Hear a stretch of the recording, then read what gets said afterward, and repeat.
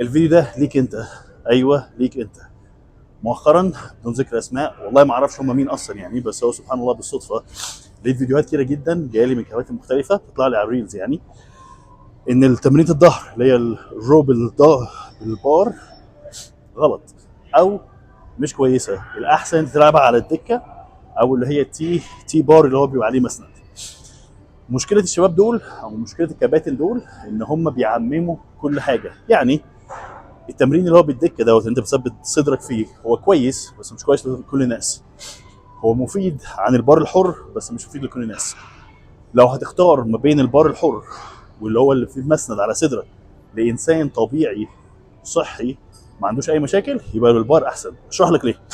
احنا اصلا نازلين الجيم عشان تبقى قوي، انت مش نازل يعني. انا بكلمك انت لو بطل كمال اجسام وانا عندك بطوله السنه الجايه ولا الاسبوع الجاي، عايز بس الظهر بتاعك الحته اللي فوق دي تقوى. فمعنى كده انت تركز على عضله واحده، يبقى انت كده بتشتغل نفسك.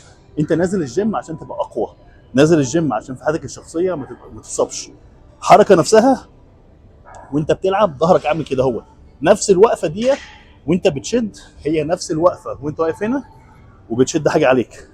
معنى ان انت تلعب على دكه ان انت واخدت كل العضلات المساعده وطلعتها بره خالص المعادله.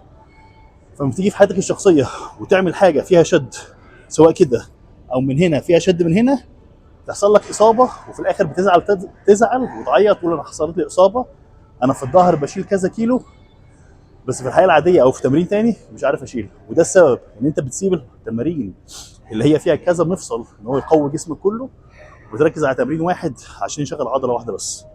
ده الاساس. طالما انت مش بطل عالم ولا عندك بطوله السنه الجايه ولا بتركز على عضله واحده معينه، اشتغل الاساس.